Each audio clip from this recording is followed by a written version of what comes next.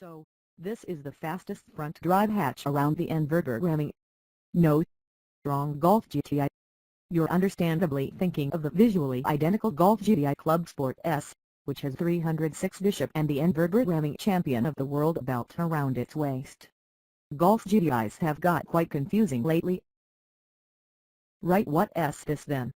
The regular Clubsport.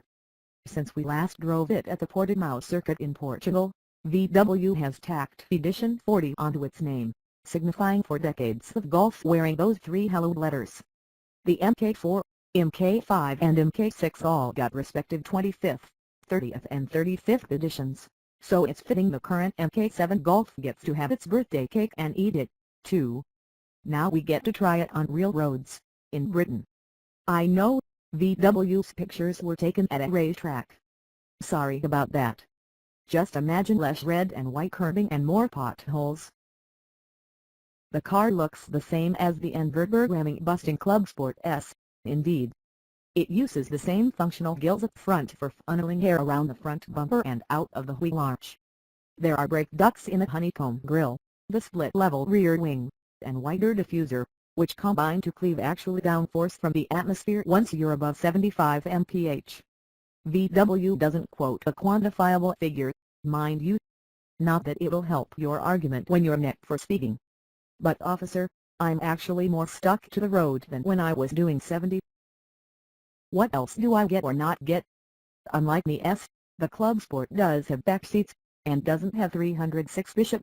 The official rated output of the 2.0-liter turbocharged 4-pot is 261 bishop, but for 10 seconds when in third gear or higher, it'll overboost to 287 bishop.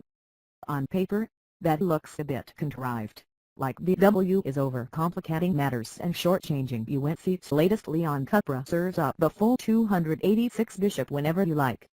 And given this Clubsport is a 30,935 pounds car, just 250 pounds less than the all-wheel drive Golf R, no less, well, it's all in danger of seeming futile. Why bother? Go on then, why? Because this is a tremendous car. Honestly, one of the very best I've driven in 2016.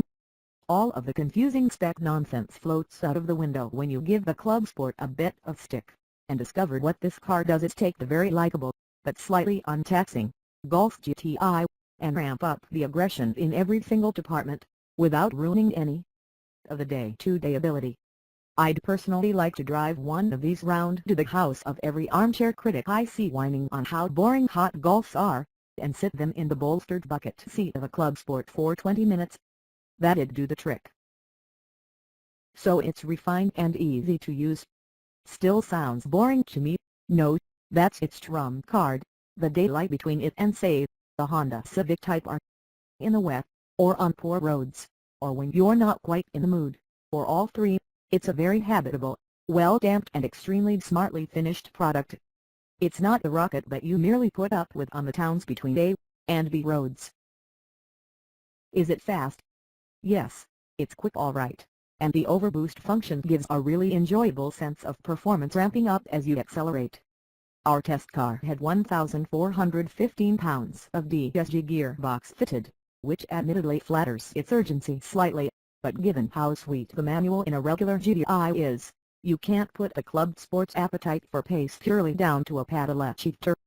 Throttle response is world-class for a 4-pot turbo, and because there's so much less lag than a Megandar's or Civic Type R, the relative gaps in performance to those heavy hitters are masked.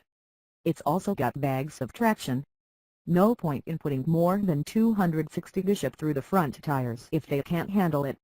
And it sounds angrier. Normally so. The flatter, coarser bark is a great fit for the Clubsport's more aggressive, angry personality, while this instant shift DSG transmission sprinkles some pop and bang garnish. And the brakes are fab. After multiple big stops they still feel ripe for pasting, unlike the Golf R's brakes, which betrays how relatively light the 375 kg